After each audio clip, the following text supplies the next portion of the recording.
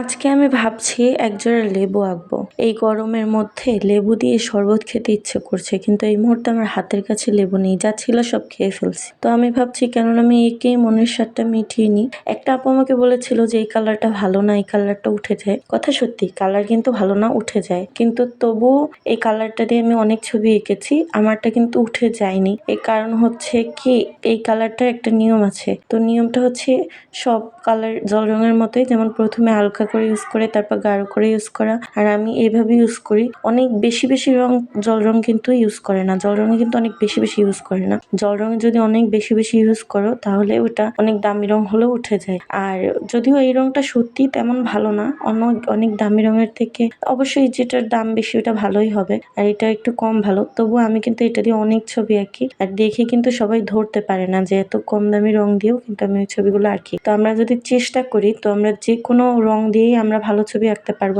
আমার মনে হয় ইট দিয়েও মানুষ অনেক ভালো ছবি আঁকে। আমি ছোটবেলায় ইট আর কয়লা, লাল লাল ইট হয় না, ওই ইটগুলো আর কয়লা কালো, এগুলো দিয়েও কিন্তু আমি দেয়ালে ছবি আঁকি, আর আমার ছবি আঁকে কিন্তু ভালো হতো। মানুষ আমাকে বকানা দিয়ে মুগ্ধ হয়ে তাকাই থাকতো যে আমি কি আঁকতেছি। ঠিক আছে, তো যদি আঁকার ইচ্ছে থাকে তাহলে মানুষ যে কোনো রং, যে কোনো জিনিস, এমনকি পাতার রস, বিভিন্ন কালারফুল ফল, এগুলো দিয়েও কিন্তু মানুষ ছবি এঁকে ফেলে। তো ছবি আঁকার জন্য কোনো বাহানা দিলে চলবে না। তোমার মনে চাইলে তুমি যা মনে আছে হাতের কাছে সেইটা দিয়েই ছবি এঁকে ফেলতে পারো। এমনকি তোমার হাতের যে 5 টাকা দামের কলম, সেটা দিয়েও কিন্তু তুমি চাইলে ছবি এঁকে ফেলতে পারো। তো পেন্সিল দিয়েও চাইলে ছবি এঁকে ফেলা যায়। তো আমরা যারা রঙের অজুহাত দিই, রঙের দোহাই দিই, বা বিভিন্ন বলি এটা নাই ওইটা নেই, কিভাবে ছবি আঁকবো, তাদেরকে আমি বলে দিই আমি যদি 5 টাকা দামের কোনো মোম রঙও পাই, আমি যদি 20 টাকা দামের কোনো মোম রং পাই, সেটাও কিনে নিয়ে আসি, সেটা দিয়েও কিন্তু আমি ছবি আঁকি। আমার কাছে 1000 টাকা দামের রঙও আছে, আবার 5 টাকা দামের রঙও আছে।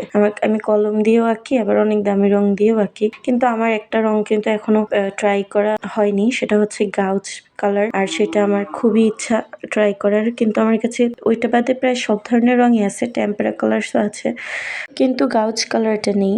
যাই হোক, ওটাও একদিন হবে ইনশাল্লাহ। কিন্তু এই মুহূর্তে দেখো, আমি এই নর্মাল কালারটা দিয়েই কিন্তু এঁকে ফেলেছি। আমি কিন্তু লেবু এঁকেছি, কিন্তু তো সেই গাছে কি ফুল দিচ্ছি এটা কিন্তু আমি জানি না। আমার যে রেফারেন্স এরকম ফুল ছিল, এই জন্য আমি এঁকে দিছি। এখন এটা কি লেবু নাকি অন্য কিছু এটাও জানি না আমি, কিন্তু আমি রেফারেন্সের সাথে মিলিয়ে কিন্তু এঁকে নিয়েছি। তো আমি যেটা বলতে চাচ্ছি মেইন কথা, সেটা হচ্ছে যে কোনো জিনিস দিয়ে আপনি ছবি আঁকতে পারবেন। আপনার শুধু ইচ্ছা থাকতে হবে যে আমি আঁকবো, আমাকে আঁকতে হবে, আর আঁকাটা আপনার প্রায়োরিটি লিস্টে থাকতে হবে, তাহলে আপনি যে কোনো সময় আঁকতে পারবেন। আমি কিন্তু প্রথম যখন ভিডিও দিতাম শুধু পেন্সিল দিয়ে ছবি এঁকে দিতাম, আমার কাছে এত কালার্স ছিল না। আমার আব্বু যখন দেখলো যে আমি অনেক ভালো ছবি আঁকছি, তখন আমার আব্বু আমাকে অনেক অনেক কালার্স কিনে দিয়েছে। তারপর কিন্তু আমি কালার্স ইউজ করা শুরু করেছি। প্রথমে কিন্তু আমি শুধু পেন্সিল, কলম এবং অনেক কম দামি মোম রং ওইসব দিয়েই কিন্তু ছবি আঁকতাম। তো আমার ছবি আঁকা কিন্তু শেষ, আর এটা হচ্ছে ফাইনাল লুক।